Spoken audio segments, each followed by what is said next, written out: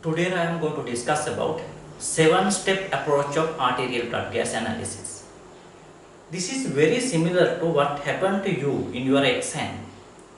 Before they give exam paper to you, you think always what will be the question, what will be the question. Last time they asked arterial blood gas, will they ask this time also? Likewise, you always think. When you are doing the arterial blood gas also, you should think like that. While taking the arterial blood gas, you think this patient having COPD exacerbation, I would expect her to have chronic respiratory acidosis in the arterial blood gas. This patient having cardiac arrest, I expect her to have respiratory acidosis plus metabolic acidosis because of the accumulating of lactic acidosis. This patient having renal failure, I expect her to have metabolic acidosis. This patient having diabetic ketoacidosis, I expect her to have metabolic acidosis. Likewise, you should always think what will be the result prior to taking the arterial blood gas. Here in exam also, you should think. In arterial blood gas also, you should think.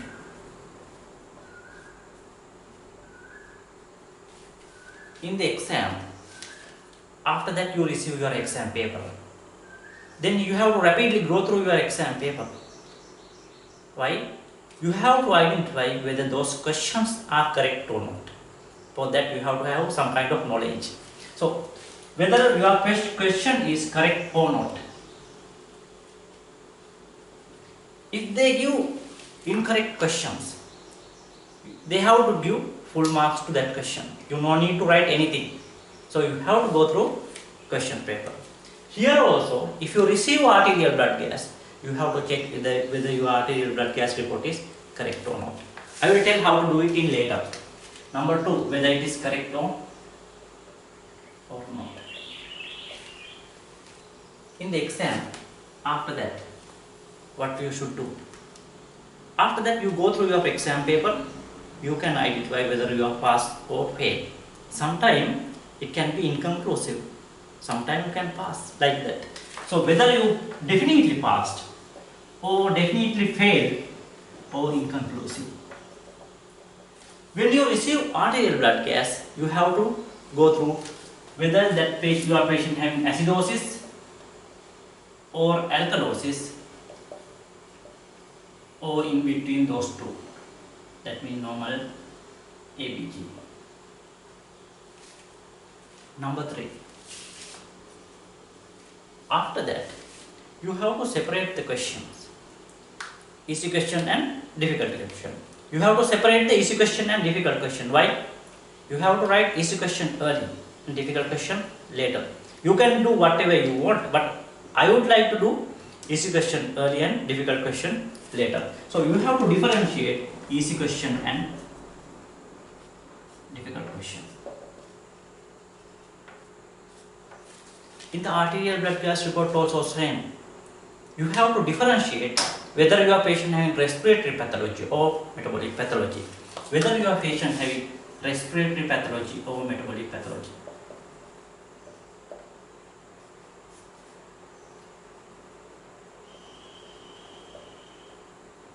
Respiratory or metabolic pathology. If your patient having metabolic acidosis, here number 4. If your patient having respiratory or metabolic pathology or easy or difficult question, whatever the type of question, you should have to take maximum compensation for difficult question. For the easy question, you should take maximum compensation. Why? Difficult question, sometimes they give 30 marks. In that case, for the easy question, you have to take 70 marks. Combination of those together, 100 is there for 2 questions. So, you have to do maximum compensation or at least appropriate compensation. You have to do appropriate compensation. Number 5, appropriate compensation. In the arterial blood gas also same. You should check whether your patient arterial blood gas has appropriate compensation. Whether your arterial blood gas report have appropriate compensation.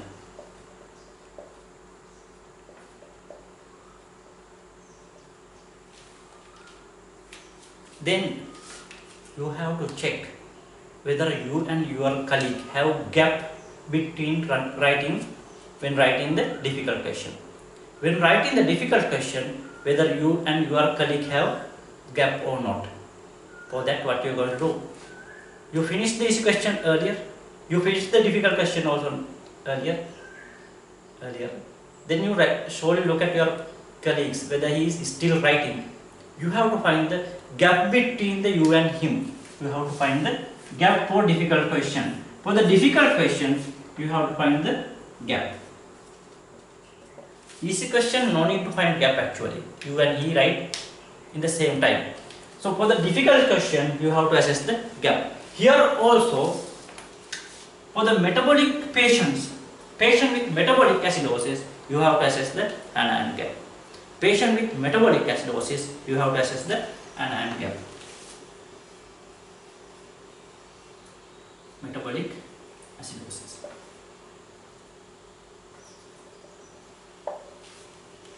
After that, what are you going to do in the exam?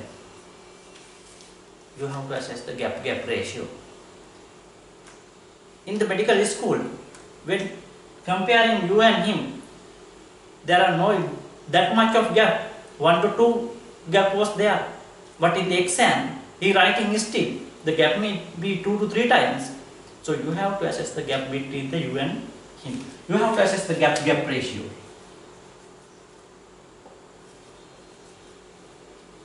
In the arterial blood gas also, you have to assess the gap ratio. If you found high anion gap, if you found high anion gap metabolic acidosis here, number 7, you have to assess gap ratio.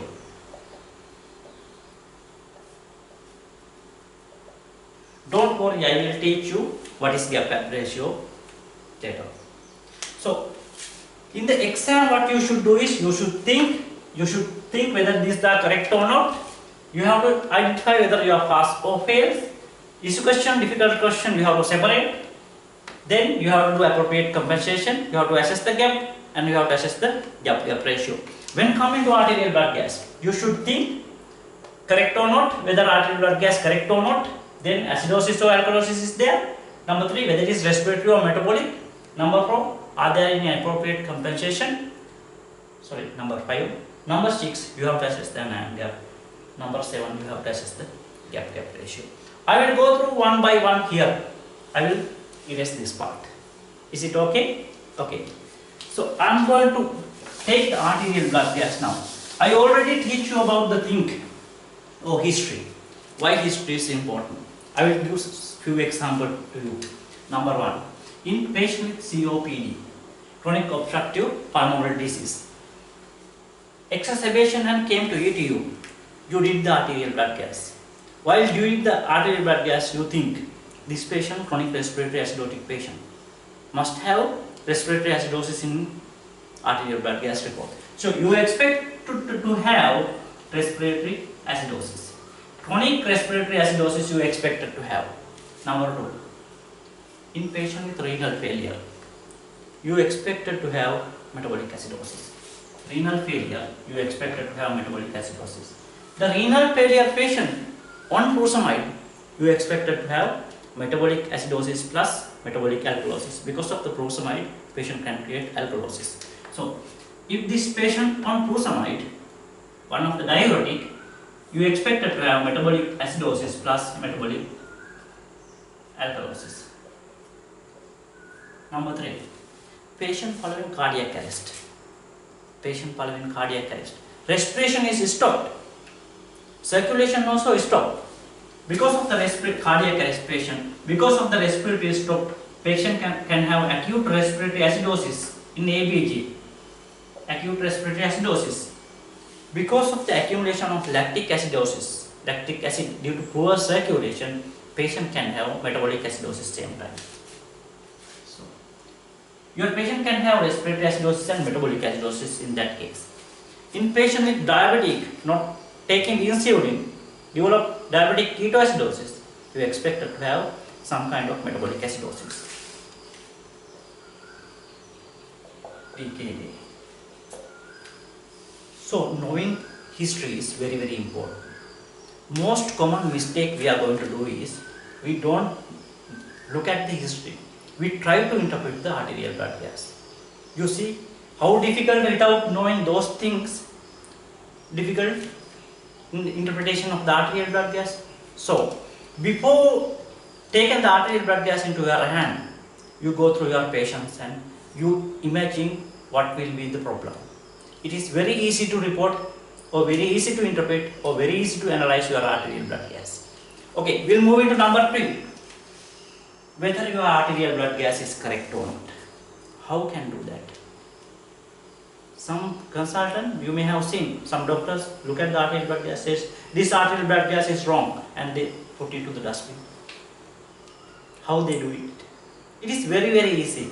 I will tell how. pH 7.4 mean, if I take my blood right now, it will say pH is 7.4. pH 7.4.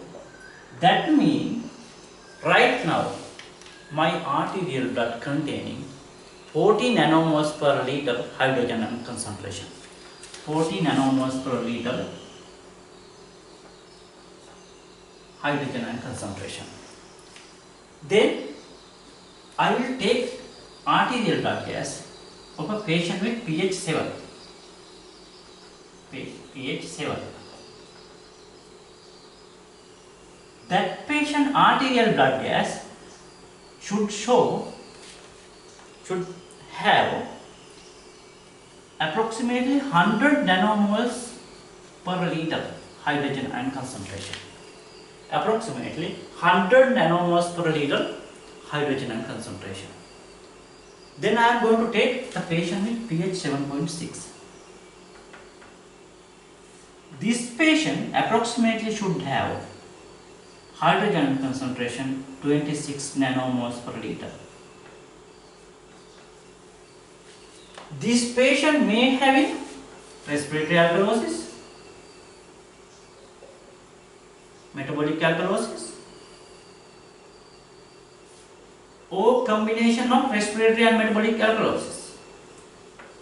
Irrespectively of the type of alkalosis, your patient should have 26 nanomoles per liter hydrogen ion concentration. This patient may have metabolic acidosis, respiratory acidosis, or combination of both respiratory acidosis and metabolic acidosis.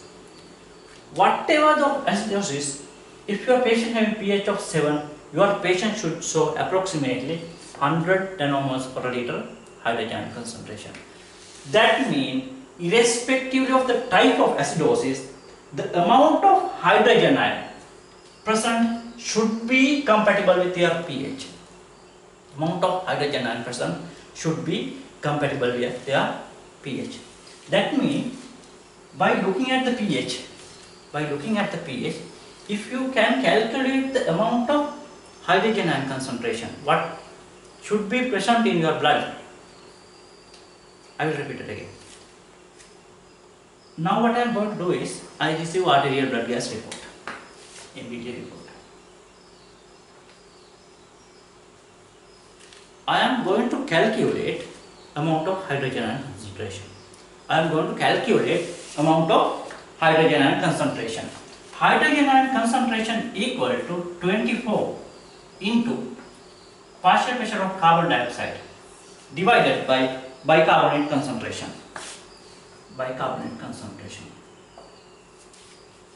ABG report, I receive ABG report. I didn't look at the ABG report. I look at the partial pressure of carbon dioxide. I look at the bicarbonate. I didn't look at the pH. What I did is, I look at the amount of carbon dioxide. I look at the amount of bicarbonate. Then I am going to calculate the possible hydrogen ion concentration in this patient. What is the hydrogen ion concentration will present in this patient? Here 24 into partial pressure of carbon dioxide here in my patient for a while I am thinking 40 millimoles per millimeter per mercury. 40 millimeter mercury carbon dioxide. Bicarbonate 24. 24 removed, the 40 is the hydrogen ion amount, nanomoles per liter. That means if I have carbon dioxide 40 millimeter mercury, bicarbonate 24 millimoles per liter or milliequivalent per liter, my blood should have hydrogen amount of 40. Hydrogen amount of 40 means my blood report should show pH of 7.4. My blood report should show pH of 7.4.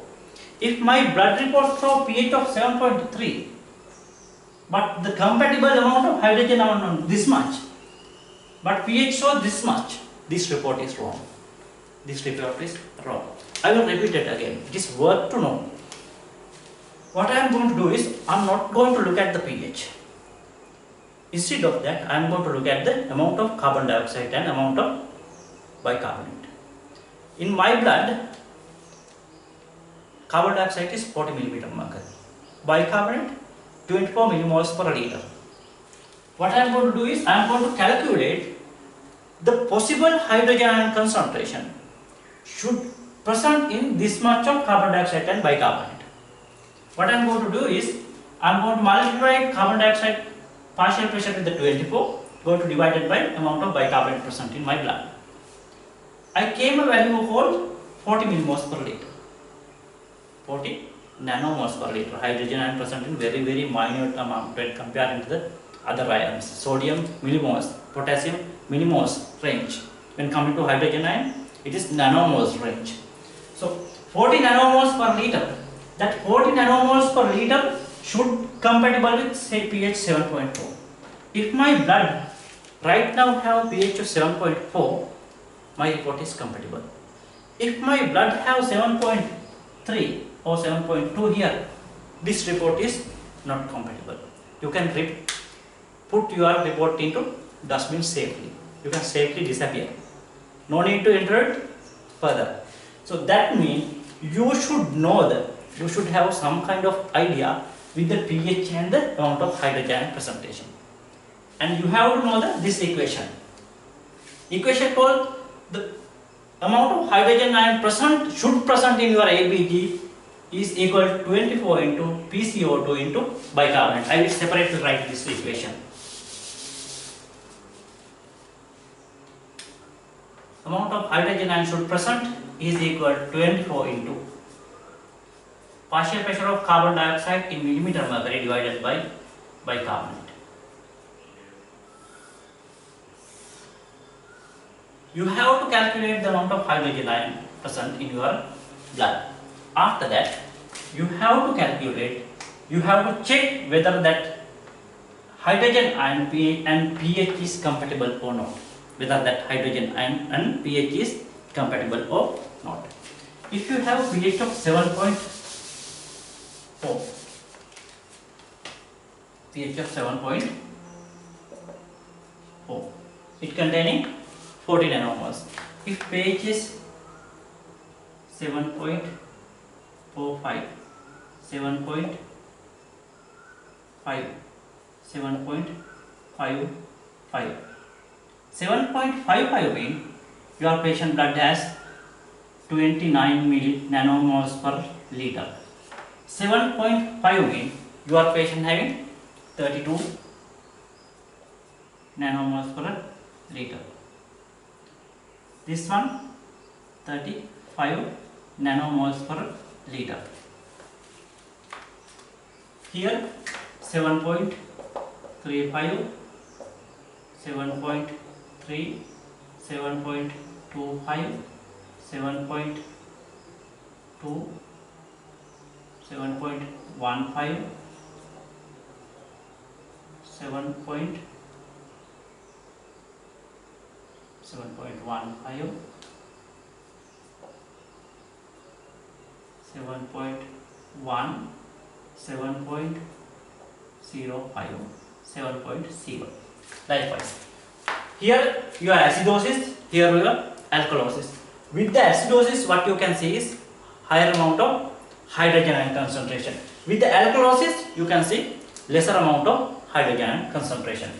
From here to here reduction, From 7.0 to 7.05, increment of pH caused reduction of hydrogen ion from 100 to 89. 89 nanomoles per liter. From here to here, 89 to 79 nanomoles per liter. From here to here, 70 nanomoles per liter. From here to here, 63 nanomoles per liter. From here to here, 56 nanomoles per liter. From here to here, 50 nanomoles per liter. From here to here, 45 nanomoles per liter.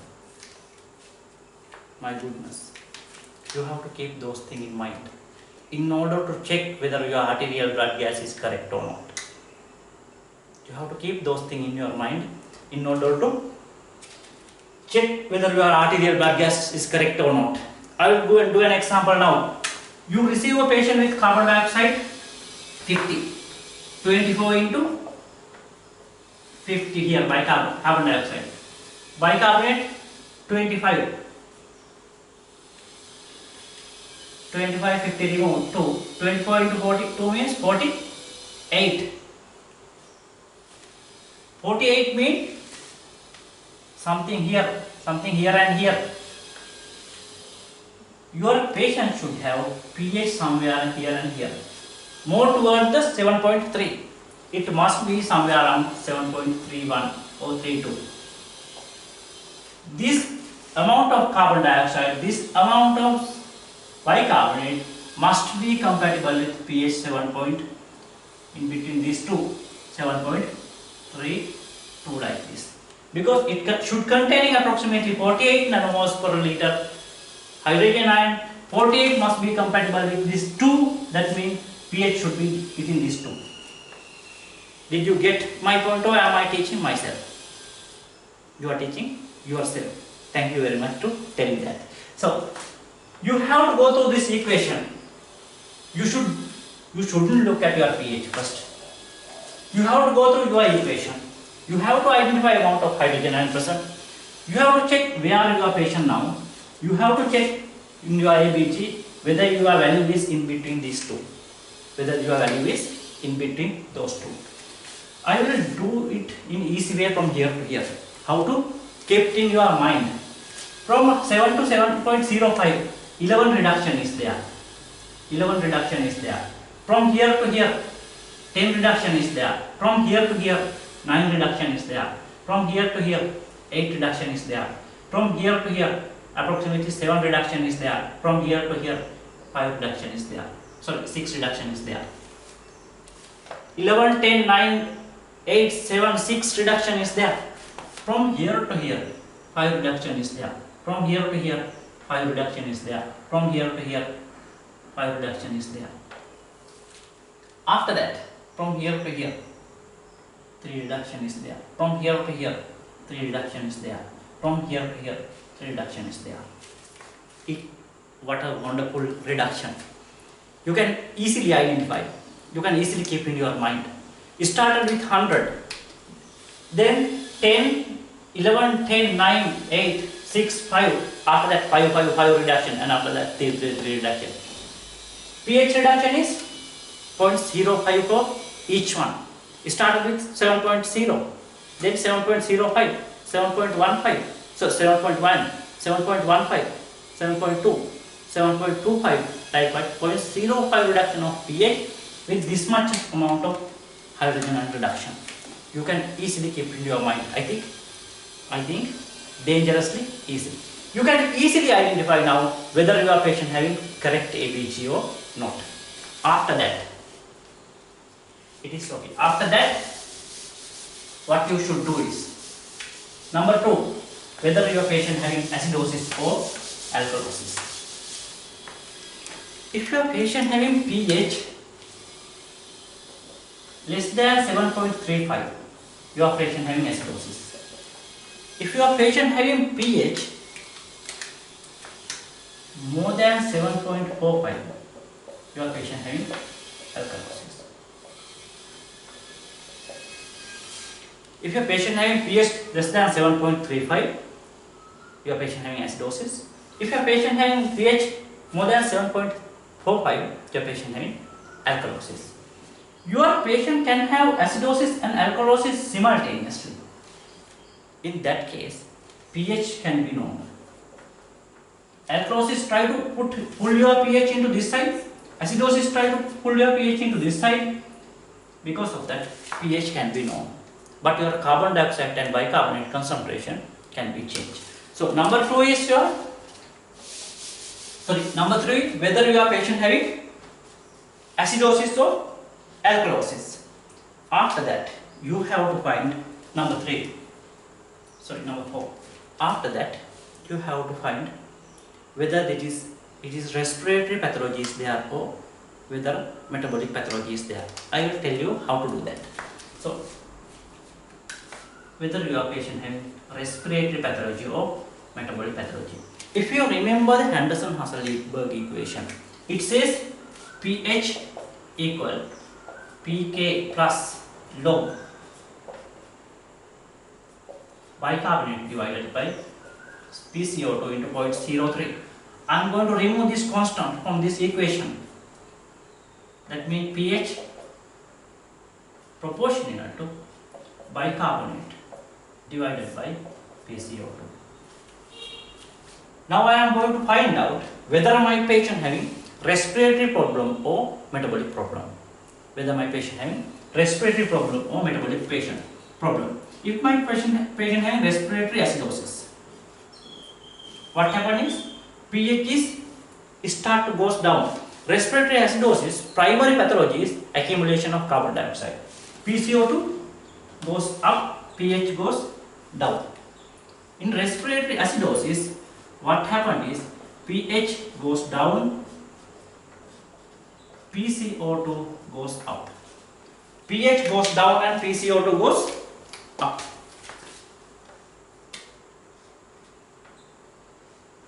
In respiratory alkalosis,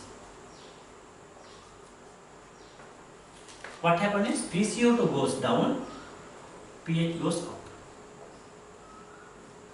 pH goes up, PCO2 goes down. If you found a patient with respiratory pathological ABG, if you found a respiratory pathological ABG, the pH and PCO2 always in the opposite direction.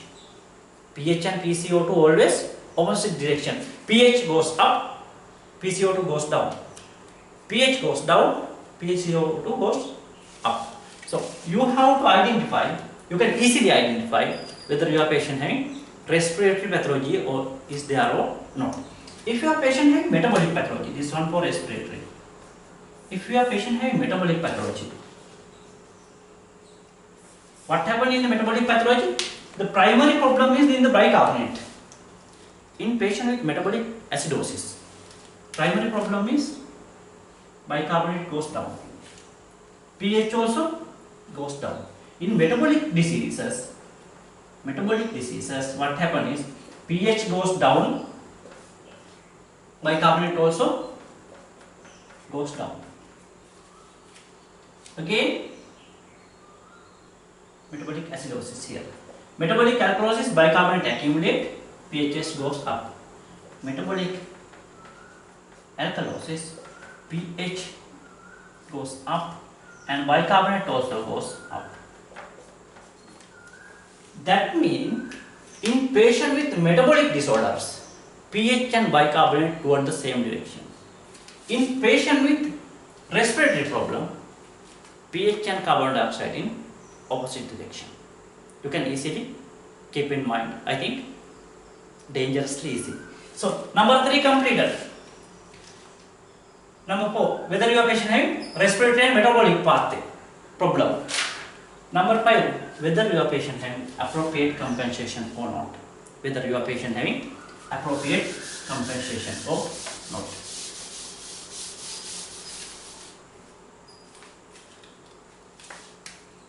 If you remember my previous equation, pH proportionate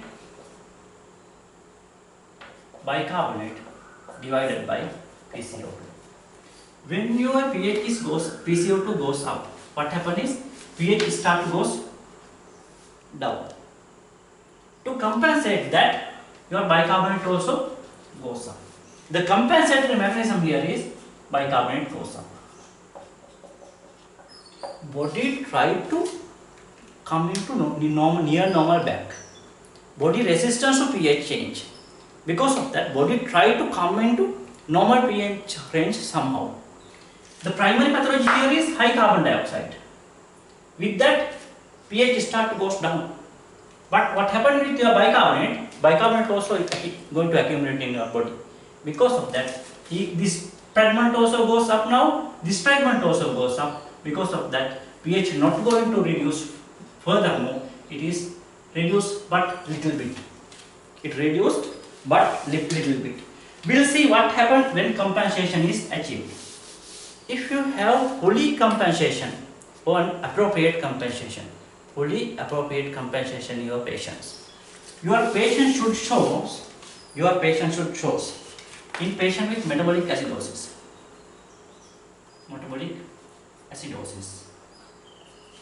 In patient with metabolic acidosis, primary problem is low bicarbonate.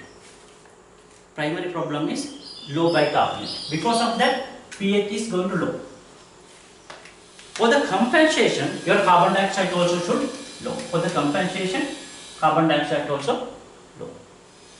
For each one reduction of bicarbonate, each one reduction of bicarbonate lead to one reduction of 1 millimeter mercury reduction of carbon dioxide in metabolic acidosis.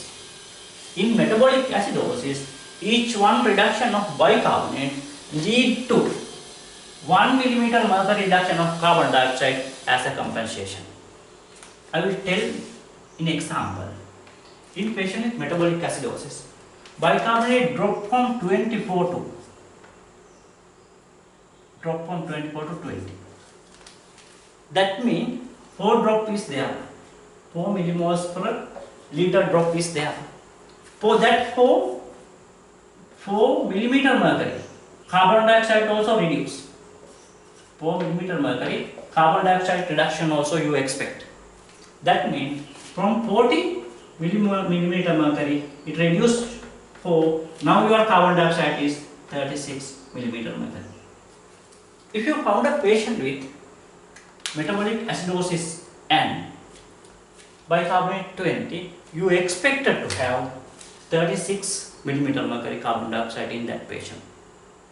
I will repeat it again. With the low PCO2, in the patient with metabolic acidosis, the primary problem is low bicarbonate. To compensate that, carbon dioxide also going to be low. The amount of carbon dioxide low in the metabolic acidosis, for each one reduction of bicarbonate lead to 1 reduction of millimeter mercury carbon dioxide. Here it reduced from 24 to 20. Here it reduced from 40 to 36. It is very simple. I will repeat. I will write it separately.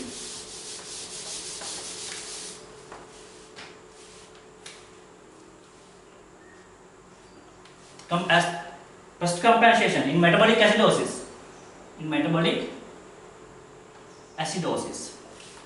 Each one change in bicarbonate lead to 1 CO2 rising in metabolic acidosis. In the respiratory acidosis,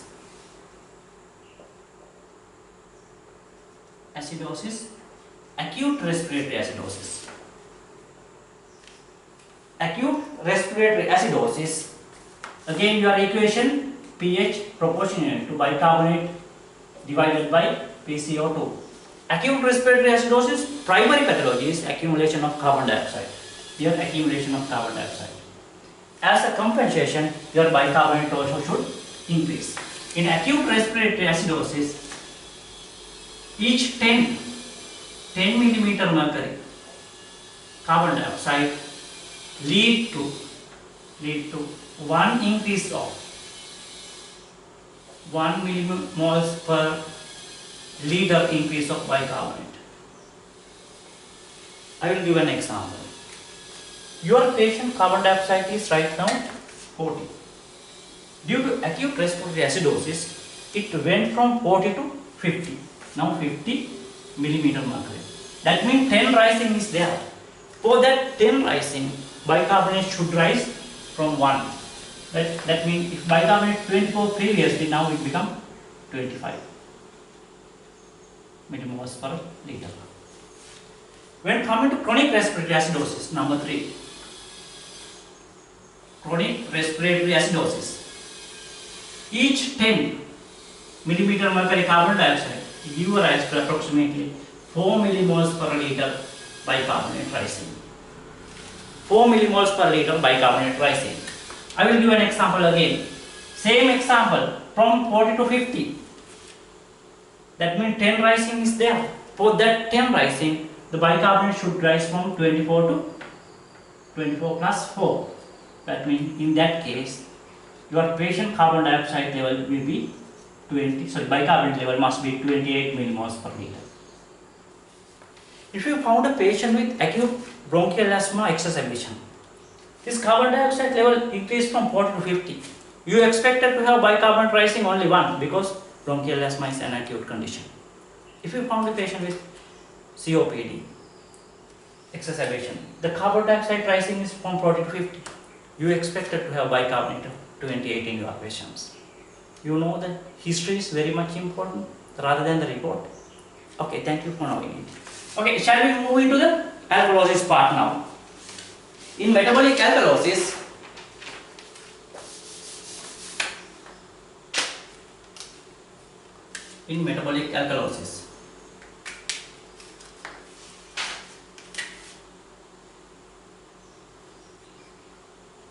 what happened in the metabolic alkalosis? Primary pathology is accumulation of bicarbonate. Primary pathology is accumulation of bicarbonate.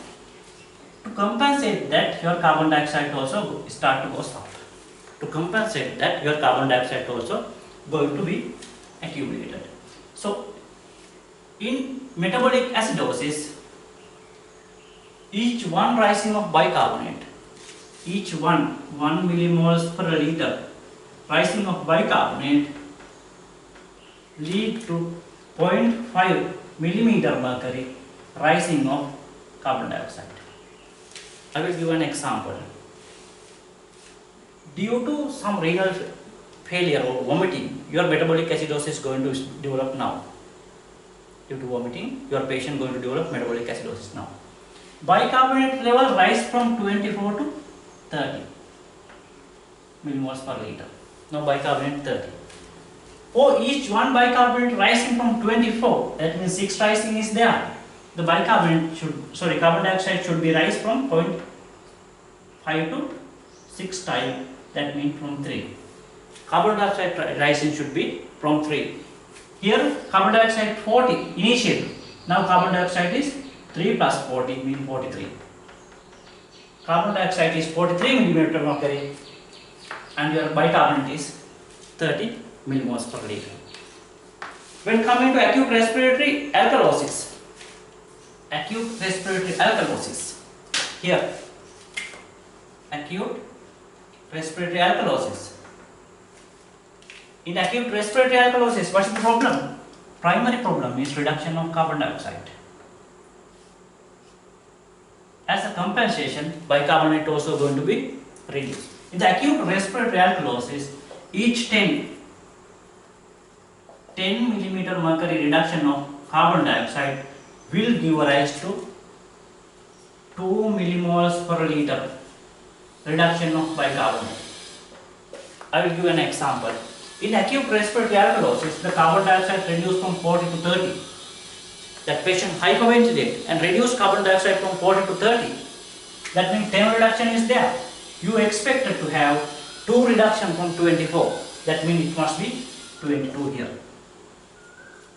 In acute respiratory alkalosis. When coming to chronic respiratory alkalosis, each 10 millimeter mercury carbon dioxide reduction will reduce 5 millimoles per liter bicarbonate. 5 millimoles per liter bicarbonate. Again from 40 to 30. 10 millimeter mercury reduction of carbon dioxide. You expected to have 5 millimoles per liter reduction of bicarbonate. From 24 to it should reduce into 19. If your patient chronically hyperventilate, chronically hyperventilate, you are expected to have 19. If your patient acutely hyperventilate, you are expected to have 24 minus 2 here, 22 millimoles per liter bicarbonate. This is the appropriate compensation. After taking the arterial blood gas, number 1 you think, number 2 you should check whether it is correct or not, number 3 you should check acidosis or alkalosis. You have to identify the respiratory component, that means the pH and carbon dioxide in the opposite direction. You have to identify the metabolic component, both pH and bicarbonate in the same direction, carbon dioxide also in the same direction. Here you have to assess whether your patient has appropriate compensation or not. Appropriate compensation is this. If your patient does not have appropriate compensation or overcompensation, nothing will happen, never happen. That means more than this one, no compensation. Overcompensation, never happen. Undercompensation can happen. On the way of compensation, your patient may have still in the low value because your patient is on the way of compensation, but overcompensation is never happen. If your patient having report with overcompensation, that means rather than primary pathology, your patient having another kind of acid-base disorder. Rather than primary pathology, your patient having other kind of acid-base disorder. That means your patient should show the appropriate compensation. Appropriate compensation. Observed compensation differed from expected compensation. Your patient may having multiple acid-base disorder. Observed one, expected one. If you have observed and expected difference, your patient may having multiple acid-base disorder. Okay, now I am going to move into the anion gap. If you found a patient with metabolic acidosis, you have to calculate the anion gap.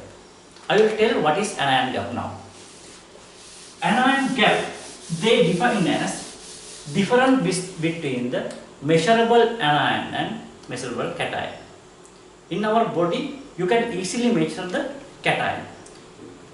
Measurement of anion is little bit difficult. Because of that, you come a value called anion gap.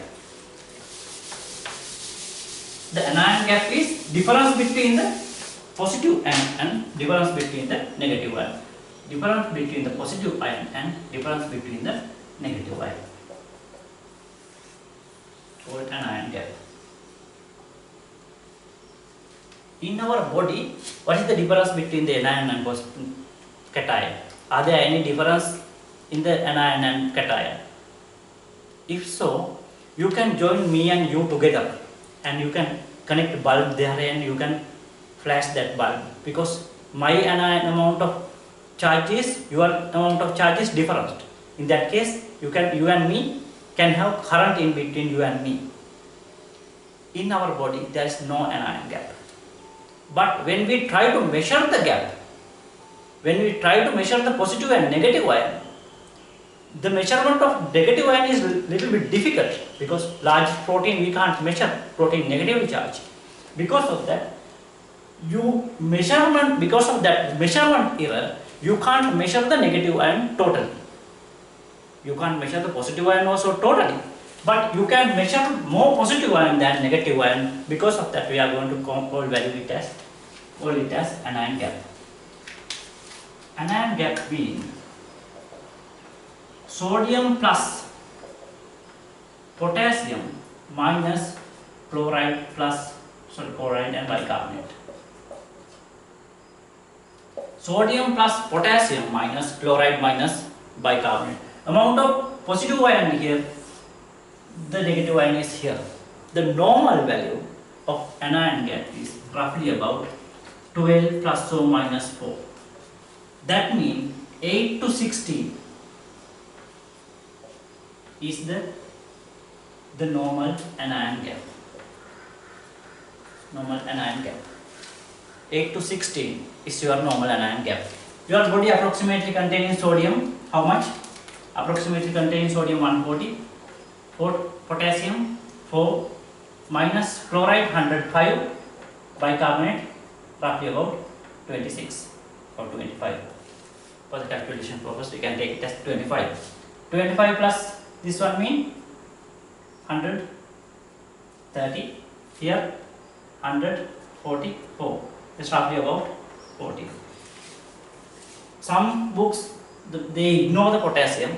In that case, value came 130. 40 minus 130, 10.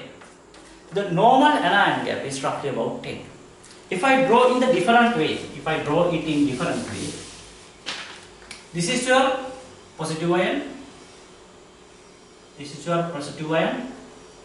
mainly sodium. This is your negative ion. This is your easily measurable negative ion. Truly speaking, this is your easily measurable negative ion. There are negative ion you can't measure. It is difficult to measure. Because of that, you came to a value called anion gap. Anion gap is due to non-measurable negative ion. Anion gap. If your patient developed more and more non-measurable anion gap, example, if your patient developed large amount of lactic acid, they add lactic acid into here. Initially it was this much, they add a little bit of lactic acid from here to here. Now you can't measure this part also. You only can measure from here to here.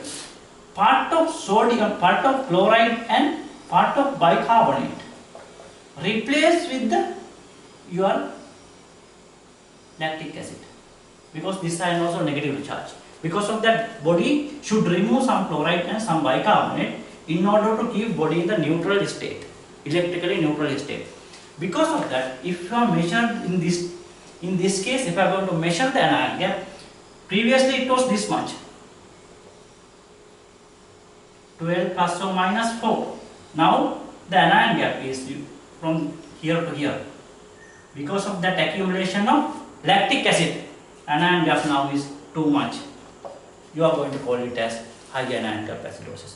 If your patient develop non-measurable anion, like here lactic acid, your patient develop high anion gap acidosis. That means in patient with lactic acidosis, number 1, diabetic ketoacidosis, uric acid in patient with renal failure, uric acidosis. Those patients develop a condition called high anion gap acidosis. You can easily identify when you are calculating the anion gap. If you found a patient with metabolic acidosis, you have to calculate anion gap. If you found the anion gap, it may be to lactic acid, it may be to diabetic ketoacidosis, it may be to uric acid, it may be due to whatever the non-measurable negative ion. There is a thing called normal anion gap acidosis. I will tell when it is happening. If your patient develop diarrhea, with the diarrhea what happened? Your bicarbonate is going to lose. Your large intestine contains larger amount of bicarbonate. With the diarrhea, your bicarbonate is going to lose.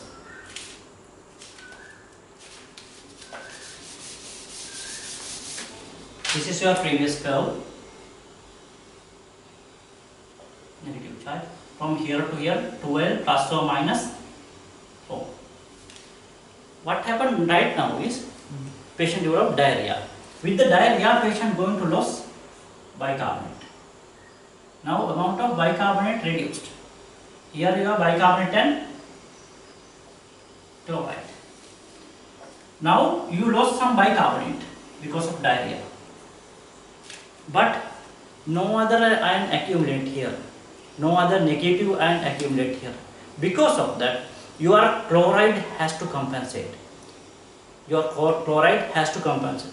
Chloride and bicarbonate are have very mutual understanding. When one is reduced, other one will increase, because those two can easily change in your body. So due to diarrhea, your bicarbonate loss.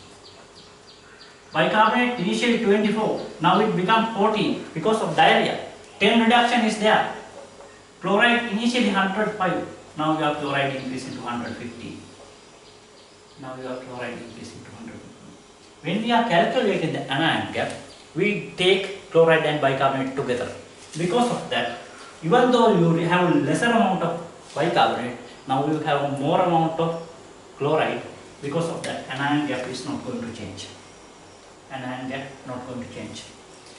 That means your patient right now having metabolic acidosis but normal anion gap. Examples are diarrhea. Number 2, renal tubular acidosis. Sometimes some kind of renal tubular acidosis, bicarbonate going to loss. Renal acidosis with bicarbonate loss. Okay.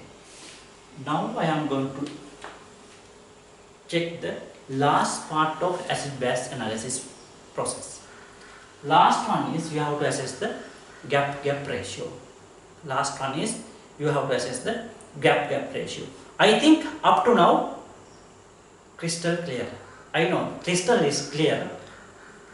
This one is may not be clear that much. So last one I am going to do is I am going to tell you about the gap ratio. If you remember, if you go through my previous part properly, if you have good understanding about that, this one will be very easy. Gap ratio means the gap between the anion gap and gap between the bicarbonate. Gap between the anion gap and gap between the bicarbonate. If in previous case what happened is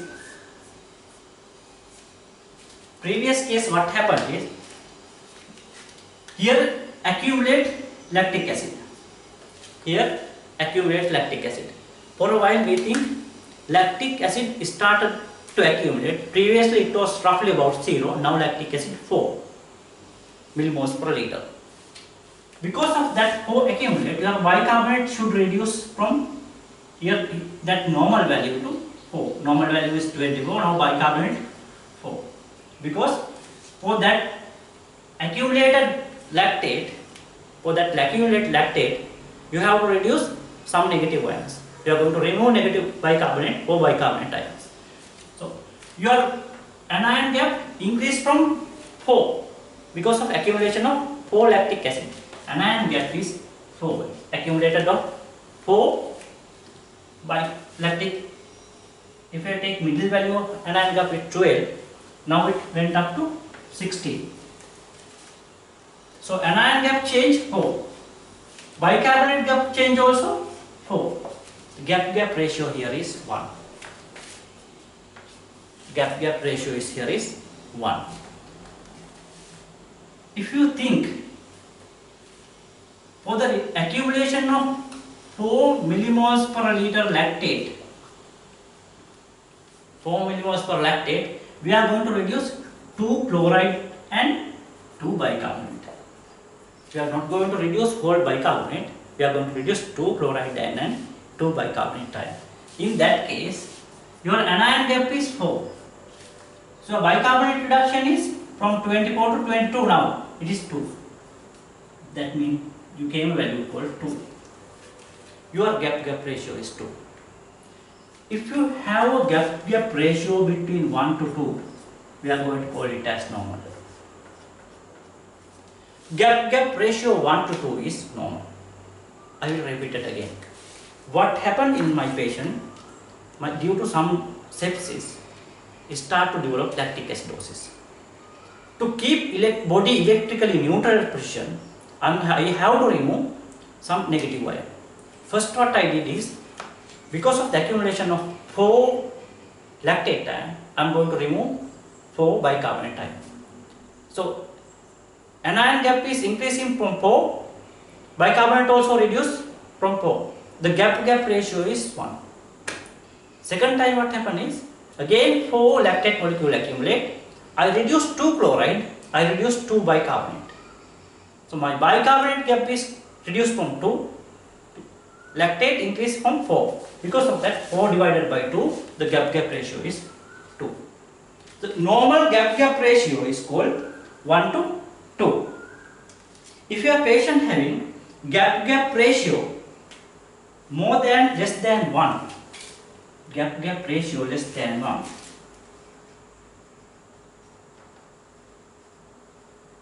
less than 1, your patient having metabolic acidosis coexisting. Your patient having metabolic acidosis with high anion gap plus normal anion gap. I will tell it how happen. If your patient having anion gap more than less than 1, that means your patient having metabolic acidosis and normal anion gap acidosis together. If your patient having gap ratio more than 2, gap ratio more than 2, that means your patient having metabolic acidosis and metabolic alkalosis together. Metabolic and alkalosis. You have to calculate the gap ratio. If gap ratio less than 1, your patient having metabolic acidosis plus high anion gap metabolic acidosis plus normal anion gap metabolic acidosis. If your patient having gap ratio less than 2, your patient having metabolic acidosis and alkalosis. I think it is very crystal clear. Thank you very much. Okay, you want to know about the anion gap first? Okay. I am going to explain this gap ratio furthermore. I am going to explain this gap ratio furthermore.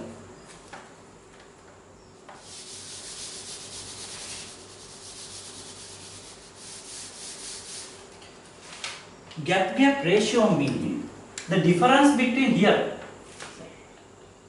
anion gap difference divided by bicarbonate difference. If your patient having non-anion gap metabolic acidosis, that means your patient having low bicarbonate than this one. If your patient having, for a while think, your patient having non-anion gap metabolic acidosis with this metabolic acidosis, high anion gap metabolic acidosis. High anion, your anion gap is 4, high anion gap amount is 4. Now on top of that, your patient having non-anion gap metabolic acidosis. That means further bicarbonate reduction happen here. Further bicarbonate reduction happen here. I will repeat it again. I am going to give an important concept here. Listen carefully, otherwise I am teaching myself. I told you about the gap ratio. Amount lactate 4 accumulate, bicarbonate 4 reduced. The reduction in bicarbonate is more than 4. If you found reduction is bicarbonate more than 4, lactate increase 4, but bicarbonate reduce 8, up to 8, not 4. That means your bicarbonate losing happened rather than the replacing of the lactate. Further bicarbonate loss. That means if I take a gap ratio in that condition, here 4, here 8. Gap ratio is 0.5. It is less than 1. That means you lost bicarbonate, lost bicarbonate due to one of the other mechanism, That means you having some kind of bicarbonate loss in there. That means you having non-anion gap metabolic acidosis together in that patient.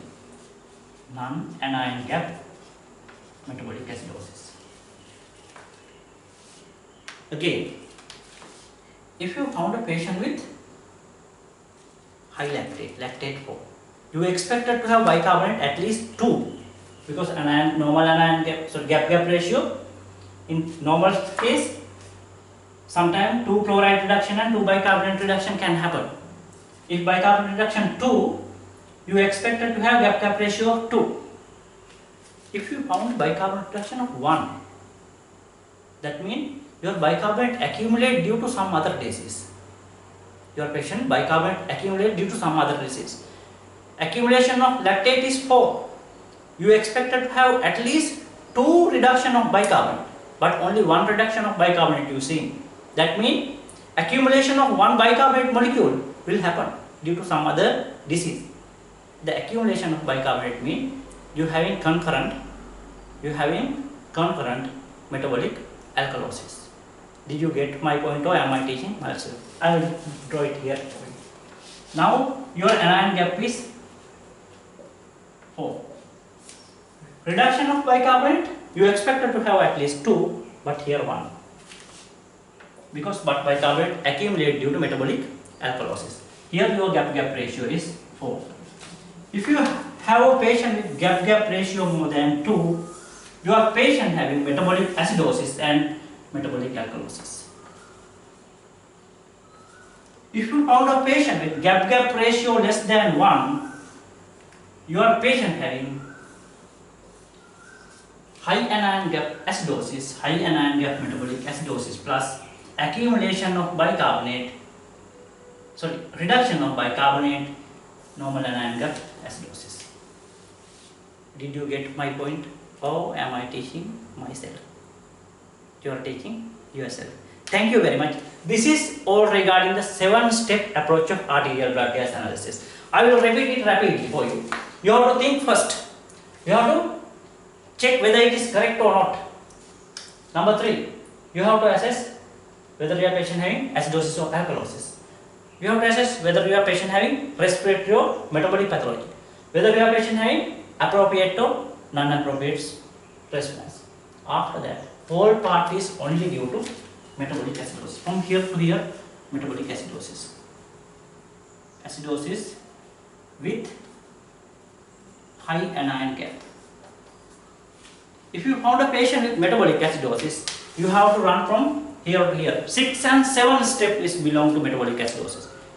If you are lucky enough, if your patient having respiratory acidosis or metabolic alkalosis, no need to go through these last 2 steps.